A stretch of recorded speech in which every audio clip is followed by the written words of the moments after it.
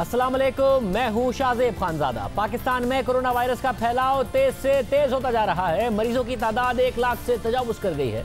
रोजाना अब 5000 के करीब कोरोना केसेस रिपोर्ट हो रहे हैं और पाकिस्तान इस आलमी वबा से मुतासर होने वाला दुनिया का 15वां बड़ा मुल्क बन गया है, जबकि अहम सियासी शख्सियात भी कोरोना से मुतासर हो रही हैं। वजीर रेलवे शेख रशीद अहमद, साबिक वजीर आजम शाहिद हक्कान अब्बासी भी कोरोना वायरस का शिकार हो गए हैं और दोनों ने खुद को क्वारंटीन में डाल दिया है। इसके साथ साथ पीपल्स पार्टी के रहनुमा अखुनज़ादा चटान भी कोरोना वायरस में मुब्तला हो गए हैं, जबकि बलूचिस्तान के साबिक वजीर और बलूचिस्तान अवामी पार्टी के रहनुमा सरदार मोहम्मद नासिर कोरोना के 22 कराची में इंतकाल कर गए। जबकि टीवी एंकर शफात अली ने भी कोरोना टेस्ट मस्बत आने पर खुद को क्वारंटीन कर लिया है। पाकिस्तान की अहम शख्सियात कोरोना का शिकार हो रही हैं। 4 जून को MQM पाकिस्तान के रहनुमा फैसल सब्ज़वारी का भी कोरोना का टेस्ट मस्बत आया था और अपने बयान में उनका कहना था कि गुज़िश्ता दिनों मेरे वालिदैन, ज़ौजा, 2 बेटियां कोरोना में मुब्तला हुए और मेरा कोरोना टेस्ट भी मस्बत आ गया है। इससे पहले पीपल्स पार्टी के रहनुमा मौला बख्श चांडियों का भी कोरोना टेस्ट पॉजिटिव आ चुका है और उनके साथ उनके बेटे और अहलिया के भी टेस्ट मस्बत आए। जबकि कौमी असम्बली और सूबाई असम्बली के कई अरकान असम्बली कोरोना की वजह से इंतकाल कर गए हैं और इस वक्त सूरत हाल ये नज़र आ रही है, अवाम को मामलात संजीदा लेने की ज़रूरत है। ये कहना कि कोरोना है नहीं या कोई साजिश है, इस बात से आगे बढ़िए। अब मारूफ शख्सियात जिनको आप जानते हैं, देखते हैं, पॉलिसी साज हैं, वो इस वक्त इससे बुरी तरीके से मुतासिर हो रही हैं। हमारे साथ वज़ीर रेलवे शेख रशीद अहमद साहब मौजूद हैं, साबिक वज़ीर आज़म शाहिद खान अब्बासी साहब हमारे साथ मौजूद होंगे, साथ ही फैसल सब्ज़वारी साहब भी हमारे साथ मौजूद होंगे। इन सबसे हम जानेंगे उन पर बीत क्या रही है, इसके अलावा किस तरीके से ये वायरस फैल रहा है। शेख साहब, सबसे पहले मैं आपसे जानना चाहूँगा, आप की तबीयत कैसी है? पहले तो ये बताइएगा, आपको क्या सिम्टम्स थे इसलिए आपने टेस्ट कराया और अब इस वक्त क्या अलामात हैं? सिम्टम तो नहीं थे मुझे, बस मेरे PS को बीमार हुआ और उसने टेस्ट कराया तो मैंने भी सोचा कि कल के मैं भी कराऊं। जब मैंने कराया तो उन्होंने कहा कि पॉजिटिव है और आइसोलेशन में मैं हो गया हूं। 7 दिन के बाद कहते हैं दोबारा होगा। तो वैसे तो मुझे सिम्टम कोई ऐसे खास नहीं है जिससे मुझे ये पता चलता कि मैं बीमार हूँ, लेकिन रिपोर्ट आ गई है। एक और टेस्टिंग रिपोर्ट को भी आज दी है कि वो भी जरा काउंटर चेक कर लें। और वैसे भी मैं किताब लिख रहा था थोड़े दिनों से ही, तो बीमार हो गया हूँ, तो फिर यही सोचा है कि उस किताब को इन दिनों में मुकम्मल कर लूँ। मतलब आप समझते सर, बतौर सियासतदान अवामी आदमी तो आप हैं, मगर कुछ बेहतियाती आपसे हुई जब मैसेजिंग की ज़रूरत थी, बाकायदा मास्क पहनना, ये मैसेजिंग अवाम में करना आपसे बेहतियाती हुई? देखें जी, मास्क तो मैं पहन रहा था, दर्जनों लोगों को मिलना होता है, ज़ाहिर है आवाम से ही रब्ता है। शहर में डाउनटाउन में लाल हवेली आपको पता है जिस किस्म के हालात और वाक़यात हैं, अब आवाम से अलग थलग तो नहीं रहा जा सकता। जाहिर है कि हमने शहरी मामलात में हर जगह हिस्सा पार्टिसिपेट तो करना होता है, लेकिन कहाँ से हुआ ये मुझे कोई पता नहीं, किस वजह से हुआ। शेख साहब, और अब आपको लगता है कि बहुत तेज़ी से अब ये वायरस फैल रहा है? पहले तो इक्का दुक्का लोगों में होता था 1 महीने पहले तक, अब तो हर दूसरा आदमी के हवाले से खबर आती है जिसको आप जानते हैं कि उसको वो वायरस में मुब्तला हो गया है।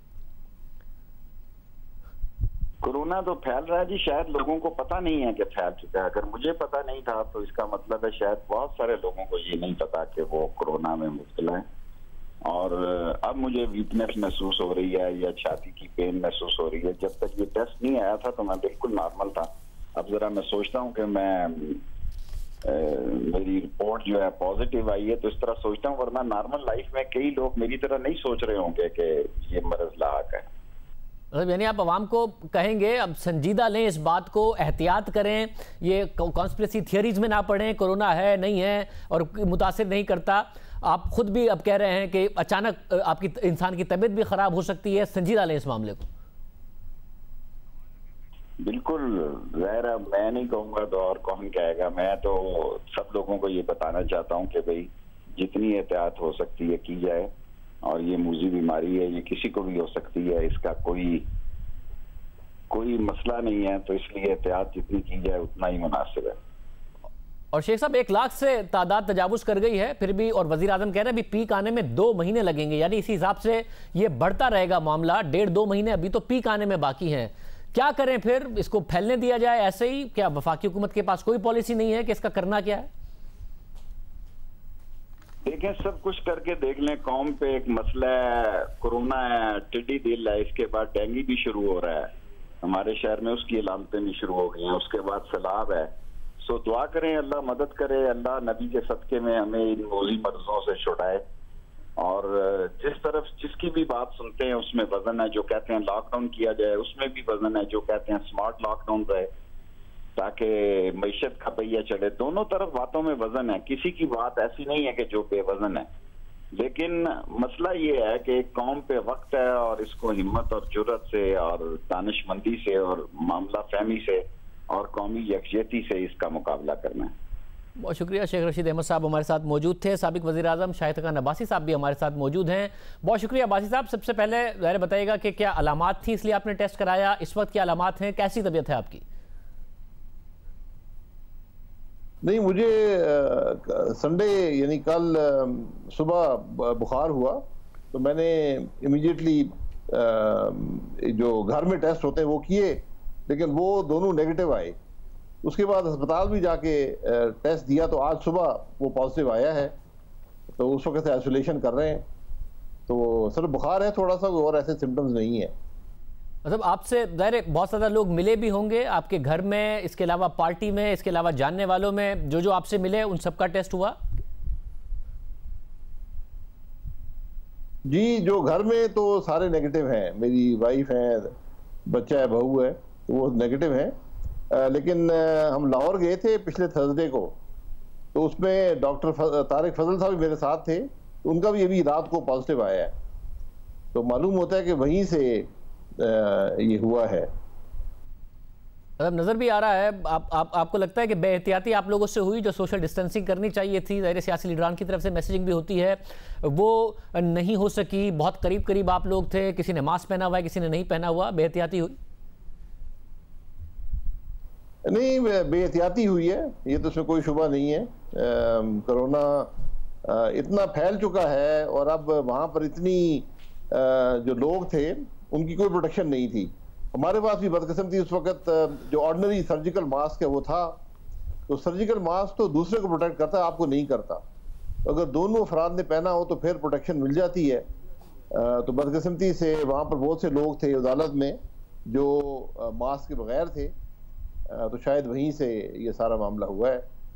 तो सबसे इजी तरीका अवॉइड करने का यही है कि हर शख्स अगर मास्क पहनेगा तो सारे कम से कम उस इंटरेक्शन में प्रोटेक्टेड रहेंगे। और आप समझते हैं बहुत ज़्यादा इस वक्त कोरोना फैल चुका है, बहुत ज़्यादा शख्सियात सामने आ रही हैं, जानी पहचानी भी, जानने वालों में भी, जो ऑफिशियल नंबर है उससे बहुत बड़ी तादाद इस वक्त कोरोना वायरस के फैलाव की पाकिस्तान में हो सकती है।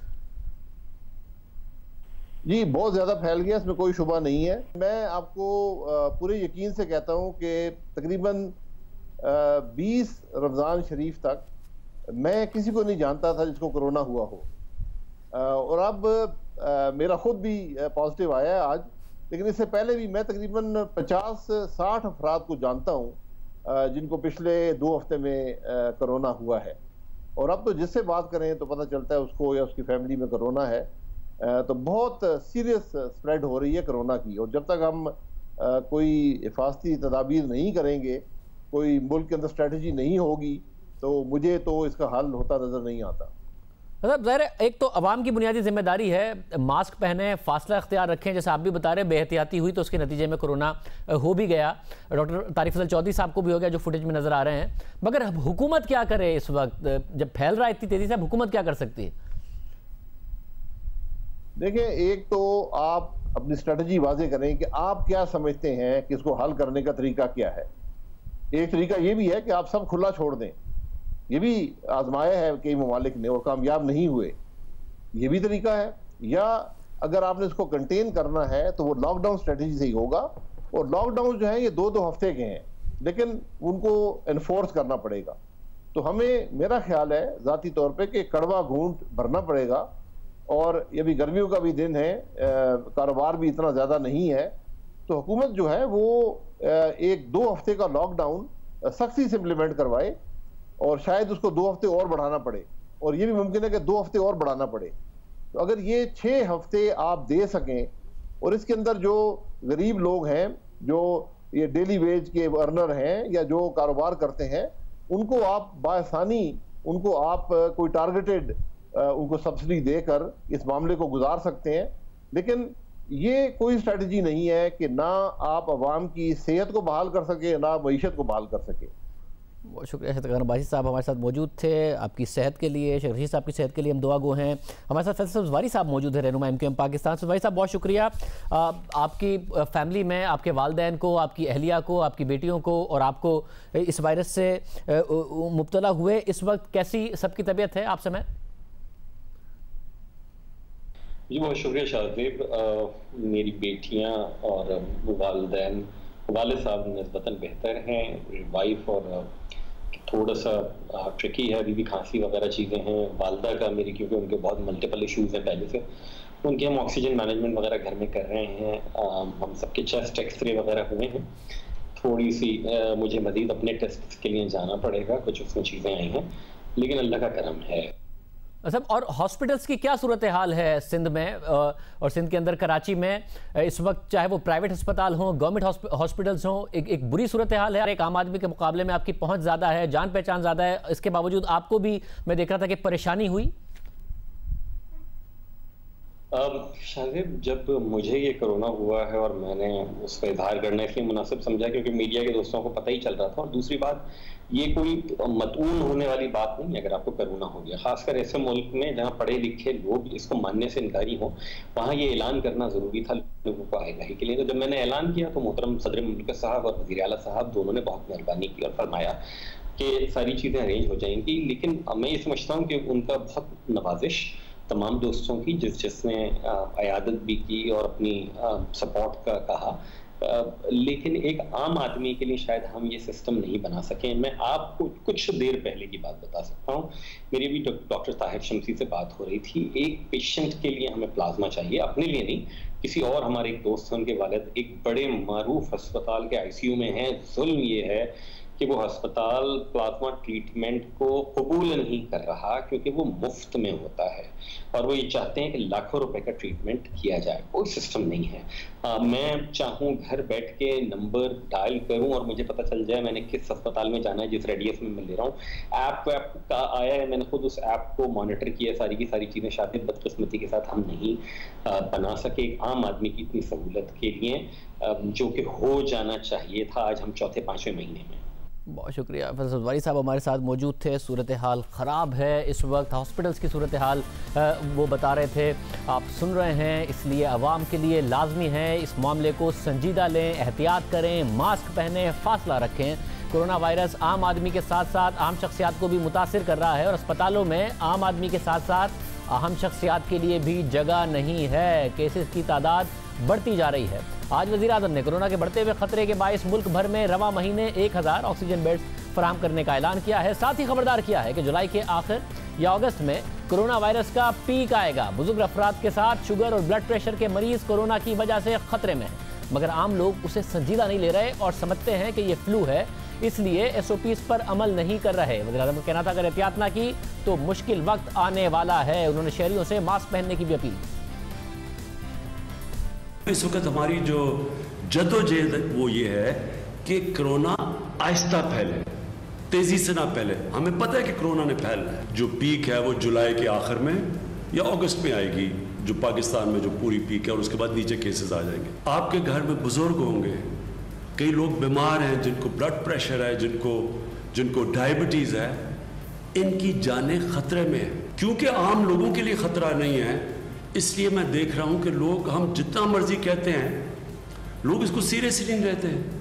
आम लोग समझते हैं कि ये कुछ है ही नहीं, एक ये फ्लू है, इसलिए कोई SOPs भी अमल नहीं करते। अगर हमने एहतियात ना की, मैं आज आपको कह रहा हूं कि एक बड़ा मुश्किल वक्त आपके लिए आने वाला है। तो ये जो मास्क है, ये हर जगह जब आप बाहर निकलें ये मास्क पहने।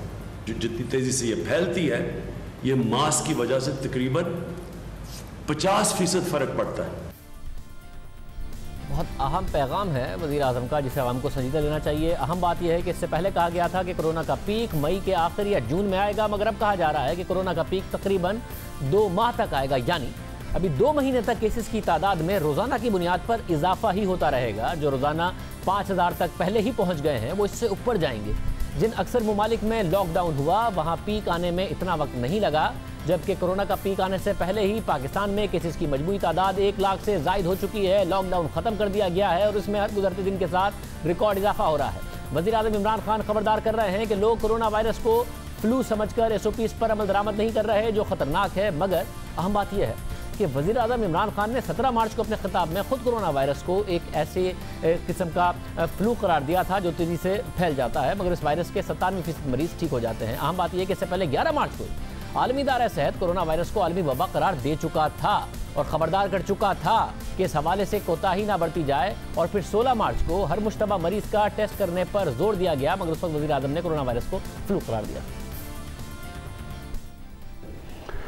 ये वायरस एक किस्म का फ्लू है और एक ऐसा फ्लू है कि जिसकी खासियत ये है कि बड़ी तेज़ फैल जाती है। लेकिन दूसरी तरफ ये आप सबको इस चीज़ से थोड़ा सा मुतमईन होना चाहिए कि 97% केसेस कोरोना के बिल्कुल ठीक हो जाते हैं और इनमें से 97 में से 90% ऐसे केसेस हैं जिनको बड़ी माइल्ड सी होती है, यानी एक जुकाम जिस तरह खांसी हुई और ठीक हो गई। इसके बाद आलमी इदारा सेहत ने कोरोना वायरस को स्वाइन फ्लू से भी ज्यादा खतरनाक करार दिया। इस हवाले से 10 अप्रैल को आलमी इदारा सेहत ने खबरदार किया था कि कोरोना वायरस स्वाइन फ्लू से भी 10 गुना ज्यादा खतरनाक है, इसलिए हिफाजती इकदाम में सुस्ती ना की जाए। मगर आलमी इदारा सेहत की इन वार्निंग्स के बाद भी गवर्नर सिंध इमरान इस्माइल ने 7 मई को ट्वीट में इसे एक फ्लू ही करार दिया और कहा कि अगर हम मीडिया पर फ्लू के तमाम मरीजों का डेटा लेकर बहस करेंगे तो ये बहुत अलार्मिंग होगा। गवर्नर सिंध ने ये ट्वीट उस वक्त की थी जब वो खुद भी कोरोना वायरस का शिकार हो चुके थे और उसके बावजूद उनकी तरफ से बात की गई थी। अब वज़ीर आज़म ये वार्निंग दे रहे हैं आवाम को कि इसको एक आम फ्लू ना समझें, इस मामले को संजीदा लिया जाए। प्रोग्राम में एक ब्रेक शामिल करते हैं और आम पर बात करेंगे ब्रेक के बाद।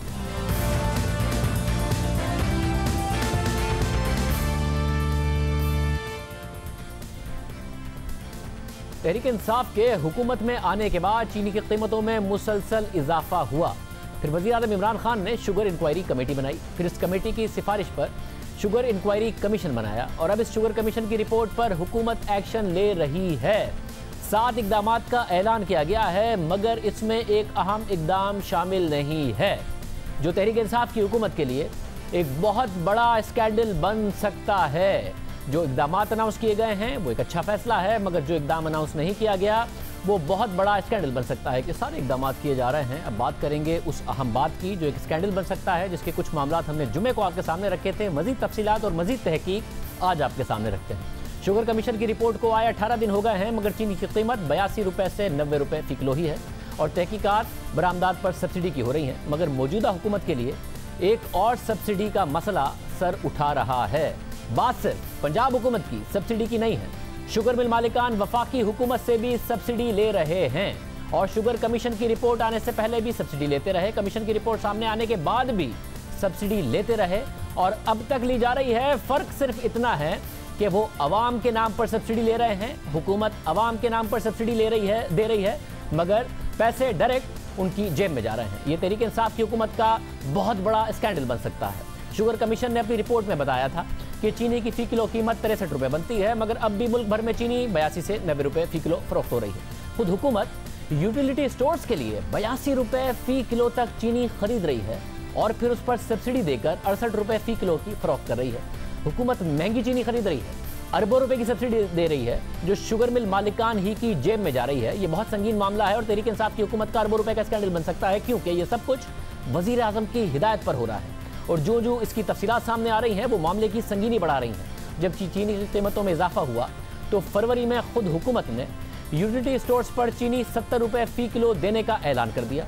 हुकूमत ने महंगी चीनी खरीदी और फिर उस पर सब्सिडी दी, जो कम से कम कीमत थी वो भी 70 रुपये यूटिलिटी स्टोर्स पर कर दी गई। वज़ीर आज़म इमरान खान ने इस सब्सिडी के फवाइद भी बार बार आवाम को बताए।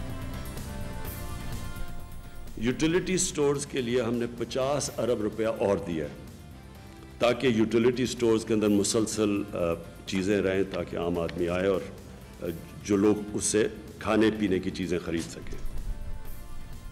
इतनी बड़ी यूटिलिटी स्टोर्स पर सब्सिडी दी गई। जब से वज़ीर आज़म इमरान खान ने सब्सिडी को 50 अरब रुपए की सब्सिडी का ऐलान किया तो यूटिलिटी स्टोर्स कॉरपोरेशन ने सबसे ज़्यादा चीनी की खरीदारी बढ़ा दी।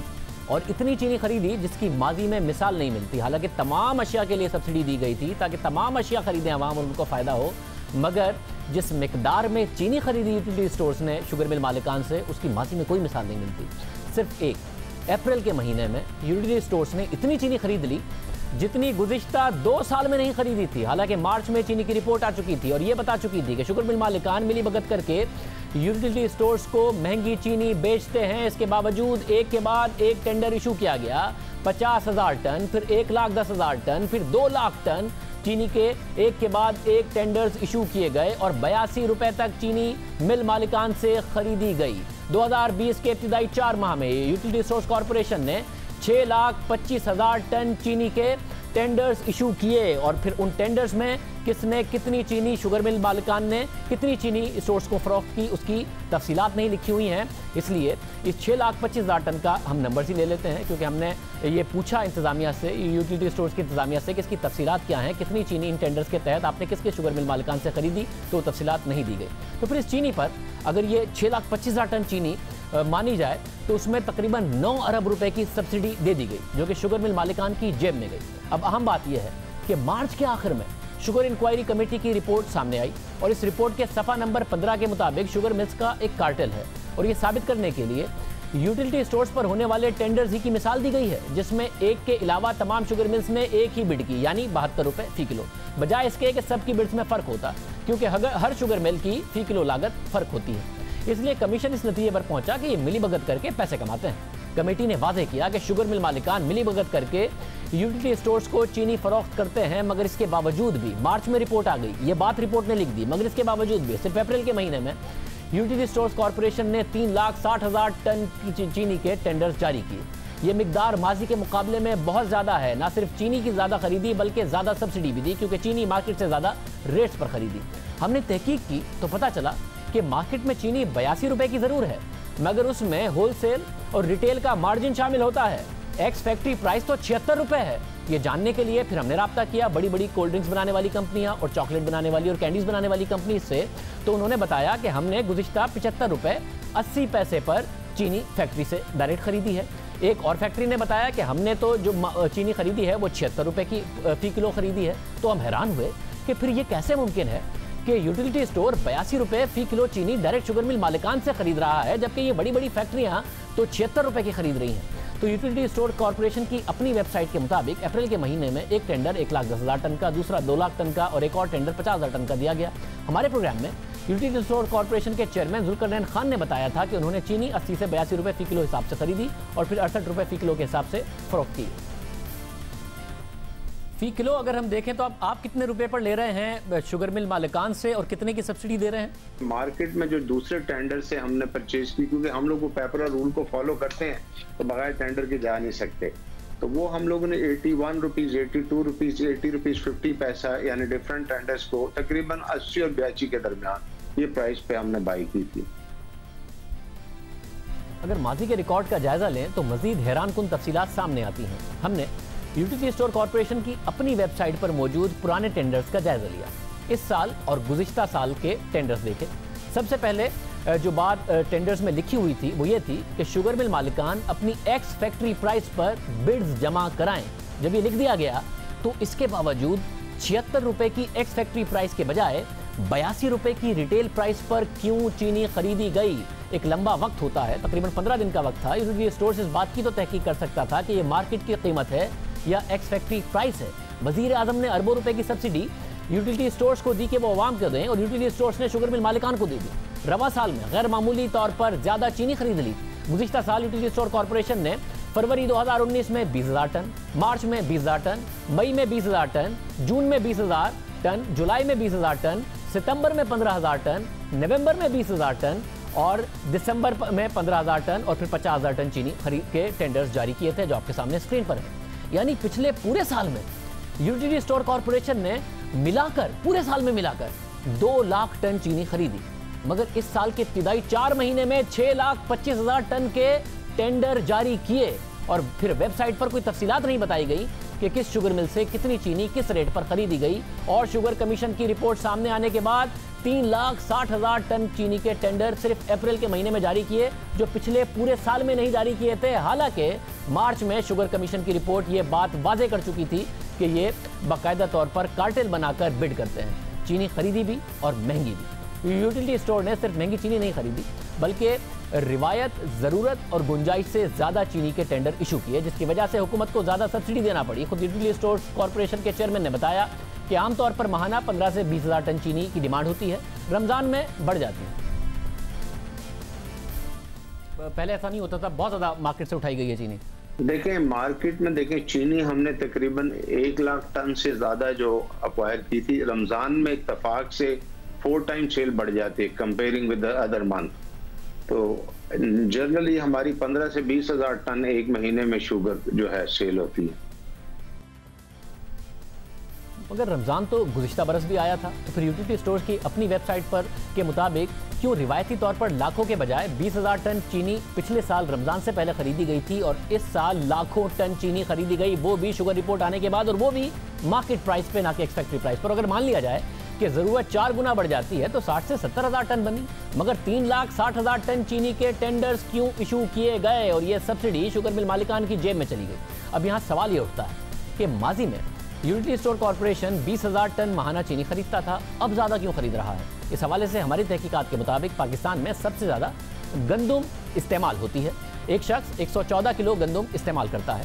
इसी तरह एक शख्स 15 किलो चावल इस्तेमाल करता है, साल का डेटा।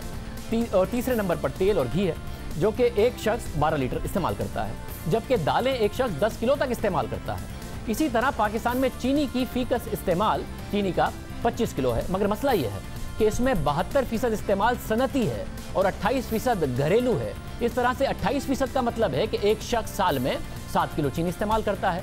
इन एदादो शुमार से वादे होता है कि सबसे ज़्यादा गंदुम, फिर चावल, उसके बाद तेल, उसके बाद घी, उसके बाद दालें और फिर चीनी का इस्तेमाल होता है।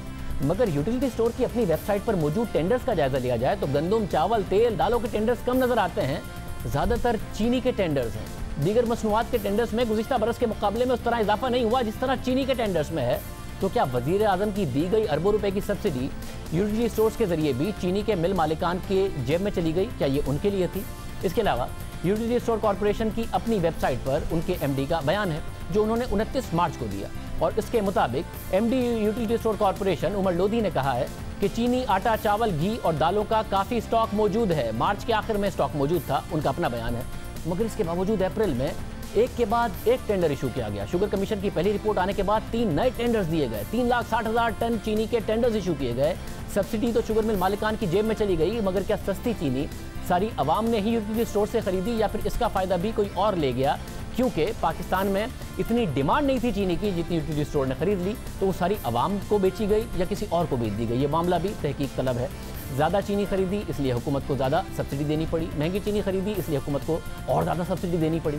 हमारी तहकीकात के मुताबिक हुकूमत सिर्फ चीनी की मद में फरवरी से अब तक अगर वो टेंडर्स जो हुकूमत की तरफ, जो यूटिलिटी स्टोर की तरफ से इशू किए गए, उसके मुताबिक 9 अरब से ज़ायद की सब्सिडी दे चुकी है। यूटिलिटी स्टोर की अपनी वेबसाइट पर ये डेटा मौजूद नहीं कि किससे कितनी चीनी खरीदी गई, इसलिए इशू किए गए टेंडर्स ये दास्तान बताते हैं।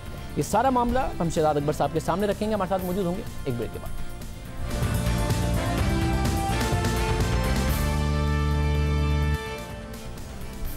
ब्रेक से पहले हमने हकाइक आपके सामने रखे कि किस तरीके से यूटिलिटी स्टोर के जरिए भी अरबों रुपए की सब्सिडी शुगर मिल मालिकान की जेब में जा रही है, मार्केट प्राइस पर जा रही है। मिर्जा शहजाद अकबर साहब हमारे साथ मौजूद हैं। शहजाद अकबर साहब बहुत शुक्रिया। शहजाद अकबर साहब, ज़ाहिर है आपने 7 इकदाम अनाउंस किए हैं, वो अच्छे इकदाम हैं, मगर ये इस हुकूमत का एक बहुत बड़ा स्कैंडल बन सकता है कि अरबों रुपए की सब्सिडी वज़ीर आज़म कह रहे हैं अवाम को जा रही है, जा वो शुगर मिल मालिकान को रही है लाखों की तादाद में। सिर्फ मार्च में रिपोर्ट आई, अप्रैल के महीने में 3,60,000 टन के टेंडर इशू किए हैं यूटिलिटी स्टोर ने, जो पहले कभी नहीं किए गए। 80 से 82 रुपए की प्राइस पर ले रहे हैं, वो जो कि रिटेल प्राइस है, हालांकि एक्स फैक्ट्री प्राइस 76 रुपए है। ये 8-9 अरब रुपए की और सब्सिडी सिर्फ इन पिछले महीनों में वो ले गए हैं। आपने पहले भी एक दफ़ा हमारे प्रोग्राम में अग्री किया था कि ये माफिया है। वो बात वज़ीर आज़म को समझाने में आपको बहुत टाइम लग गया, वो सिर्फ जहांगीर तरीन साहब की बात सुनते थे, वो तरीन साहब हमें लीगल नोटिस सर्व करते रहे। अब वज़ीर आज़म की आजकल आपकी बात सुन रहे हैं, तो ये बात जल्दी समझा दें इससे पहले कि और ज़्यादा बड़ा स्कैंडल बने। बिल्कुल शाहज़ेब, मैं आपके साथ एग्री करता हूँ। ये मैं समझता हूँ ना सिर्फ ज्यादती है बल्कि बदमाशी भी है। मुझे थोड़ा सा इस चीज़ का इसलिए भी पता है कि जब यूटिलिटी स्टोर ने, स्पेशली जब रमज़ान का महीना आ रहा था, तो उससे पहले यूटिलिटी स्टोर ने प्रोक्योरमेंट करनी थी, बिकॉज एक सब्सिडी दी गई कि यूटिलिटी स्टोर्स पे जो बेसिकली जहाँ से कम आमदन वाले और गरीब लोग खरीदारी करते हैं उनके लिए हुकूमत की तरफ से एक्स्ट्रा सब्सिडी मिली, तो वो जो इनडायरेक्ट सब्सिडी थी वो भी मिल मालकान ने, और इसमें टोटल फेलियर था बिकॉज कार्टलाइजेशन की इंतहा ये रही कि ना सिर्फ इस दौर में, अगर आप शुगर कमीशन को देखें तो उसमें जो कार्टलाइजेशन की एक मिसाल दी जाती है वो आज से कुछ साल पहले भी तमाम मिलों ने यकसुई से यूटिलिटी स्टोर को चीनी बेचने से इनकार कर दिया। और इस वक्त भी जब ये रिपोर्ट की कमीशन के ऊपर काम हो रहा था तो बारहा धमकियां दी गई कमीशन को, कमीशन के मेंबरान को, सरबराह को और हुकूमत को भी कि अगर आपने ये फोरेंसिक कमीशन ना रोका तो हम मार्केट में से चीनी ही गायब कर देंगे। तो ये वो तमाम चीजें थी। लेकिन मैं यहाँ शुरू में आता हूँ जो आपने कमेंट किया, असल में देखिए मुझे वज़ीर-ए-आज़म साहब को कन्विंस नहीं करना पड़ा है। वज़ीर-ए-आज़म साहब का इस बारे में मौक़िफ़ बड़ा वाज़े और स्ट्रेट है, शुरू दिन से रहा है। हमें जो मुश्किलात थी शाहज़ेब, वो सबसे बड़ी मुश्किलात थी कि इतनी बड़ी इंडस्ट्री और उसके अंदर फोरेंसिक एनालिसिस कमीशन बनाना और उसको फिर मंतकी अंजाम तक पहुंचाना, इन्वेस्टिगेशंस करना। हमारे मुल्क में माजी में इस किस्म की इन्वेस्टिगेशंस की मिसाल नहीं है। मगर अगर आपने की है तो उसका फायदा तो नजर आए, मार्केट में कीमतें ऊपर ही हैं, साथ में जो आवाम के लिए सब्सिडी दी वो भी शुगर मिल मालिकान ले गए और मार्च में रिपोर्ट आ गई उसके बाद ले गए।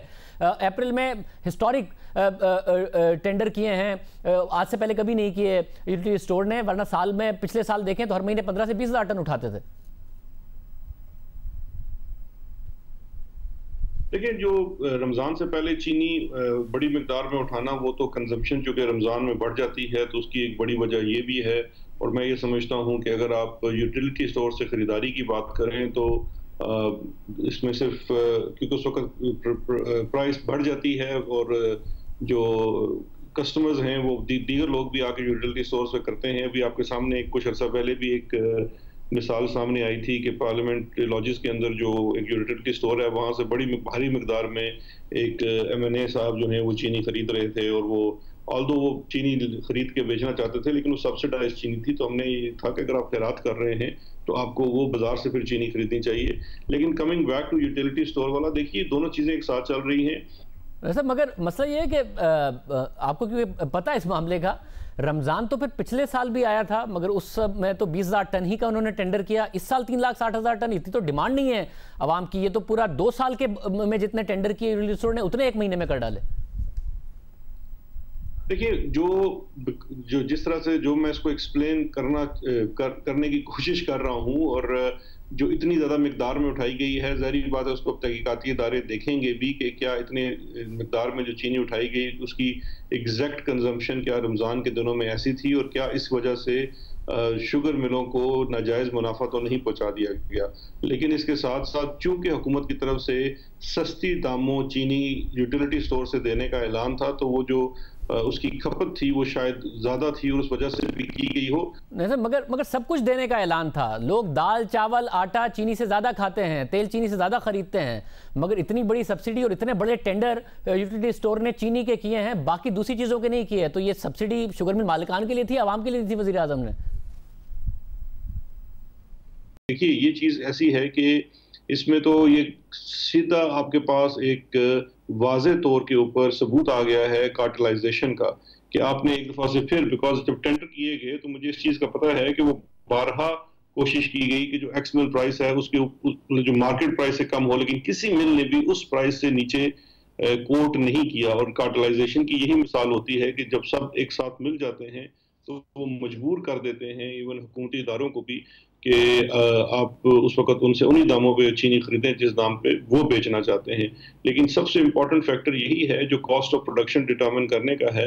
और ये चूंकि अब हर साल होना है, हर साल क्रशिंग सीजन आना है और क्रशिंग सीजन के बाद आपकी कॉस्ट ऑफ प्रोडक्शन निकाली जानी है, तो फिर हर साल एक जो चीनी की कीमत है उसको फिक्स किया जा सकेगा। और इसमें जो बाकी रेगुलेटरी मेजर्स हैं जिसमें गोडाउन्स के मुतालिक भी, गोदामों के मुतालिक भी चीनी स्टॉक करना है, फॉरवर्ड सेल्स हैं, उनके मुतालिक भी जब कानून साजी और नया रेगुलेटरी फ्रेमवर्क बना दिया जाता है इन सिफारिशात की रोशनी में, तो आने वाले दिनों में बहुत मुश्किल होगा शुगर मिल मालकान के लिए इन कीमतों पे। और देखिए इसमें मेरी जो सिफारिशात गई हैं उसमें एक बड़ी सिफारिश ये भी है कि अगर बिलफर्ज ये इंडस्ट्री यही करती है कि जो अपनी मनमानी करेगी, तो फिर हुकूमत को पॉलिसी सतह पे ये भी देखने की जरूरत है कि फिर हम क्यों कर महंगी चीनी इन लोगों से खरीदें।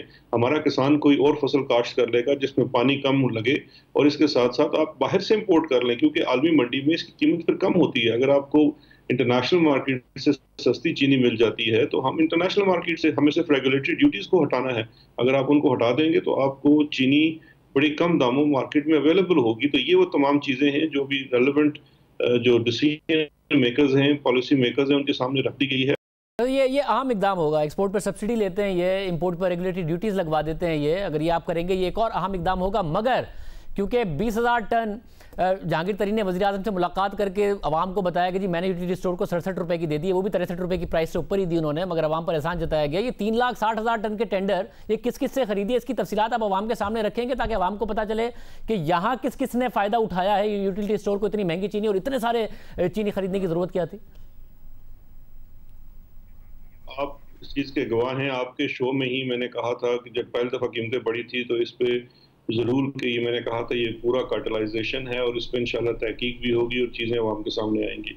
ये जो यूटिलिटी स्टोर्स वाला मामला है इसको भी देखा जाएगा और इंशाल्लाह आने वाले दिनों में ना सिर्फ इसमें ये देखा जाएगा कि किसने इससे नाजायज़ फ़ायदा उठाया और अगर नाजायज़ फ़ायदा उठाया तो उनसे रिकवरीज भी इंशाल्लाह होंगी जो कि वो टैक्स पेयर का पैसा वापस जमा हो सकेगा। तो इतना बड़ा स्टेप उठाने के बाद मैं ये समझता हूँ कि ये जो यूटिलिटी स्टोर्स की मद में अगर सब्सिडी का किसी ने फ़ायदा उठाया है तो उसके खिलाफ कार्रवाई मुश्किल नहीं होगी। बहुत शुक्रिया। शहज़ाद अकबर साहब हमारे साथ मौजूद थे। शम्स इस्लाम खान साहब माहिर इजनास हमारे साथ मौजूद है। शम्स इस्लाम खान साहब, कम से कम कीमत का क्या फ़ायदा हुआ अगर यूटिलिटी स्टोर ने इतनी सारी चीनी खरीदी? हाँ जी बिल्कुल, देखेंगे ये डेटा बड़ा गोरख धंधा है इनका शुगर मिल्स का। पीएसएमए जो आपको कंजम्पशन देती है वो भी ऑफिशियल डेटा पीएसएमए का दिया हुआ होता है कि 25 केजी पर कैपिटा हमारी कंजम्पशन है, जिसमें अगर आप 72% निकालो इंडस्ट्रियल तो फिर आपका जो है कंज्यूमर की तो कोई हार्डली 7 to 8 केजी बनती है। जबकि अगर आप कंपेयर करते हो अपना नेबरिंग कंट्री के साथ तो वहां पर जो है वो 15 केजी पर कैपिटा कंजम्पशन है। तो हमारे इतनी ज्यादा कंजम्पशन शुगर की है नहीं, लेकिन इन्होंने यूटिलिटी स्टोर ने, क्योंकि आप इनकी प्राइसेस का फॉर्मूला जो है जिससे बढ़ाई जाती थी उसमें बेसिक चीजें जो है एक स्पेकुलेशन होती है सटा, दूसरा आपका एक्सपोर्ट की परमिशन अलाउ करते हैं और साथ फिर उनका यूटिलिटी स्टोर या टीसीपी के जरिए परचेज की जाती थी। तो क्योंकि टीसीपी इस दफा परचेज नहीं कर रहा था, एक्सपोर्ट बैन कर दी गई थी, तो फरवरी में जब ये सारा प्राइसेस सामने आया और प्राइसेस जो है वो बढ़ के मार्केट में जो है डोमेस्टिक मार्केट जो रिटेल है उसके अंदर 80, 85, 90 रुपए तक पहुंच गई थी। तो ये सब क्रैकडाउन हुआ तो मार्केट कम हुई, लेकिन साथ ही उसी टाइम पे फिर एक पैरेलल बायर के तौर पे यूटिलिटी स्टोर सामने आया और उसने तकरीबन 2 साल में जो मैंने अंदाजा लगाया है तो 1 मिलियन टन के करीब जो सिर्फ टेंडर फ्लोट किए हैं। तो ये तो टोटल एक साफ जाहिर हो रहा है कि इसके जरिए प्राइसेस को बढ़ाया गया। बहुत शुक्रिया। उल्टा प्राइसेस बढ़ गई बजाय इसके खिस्ते काम आता है। जा दीजिए। अल्लाह हाफ़िज़।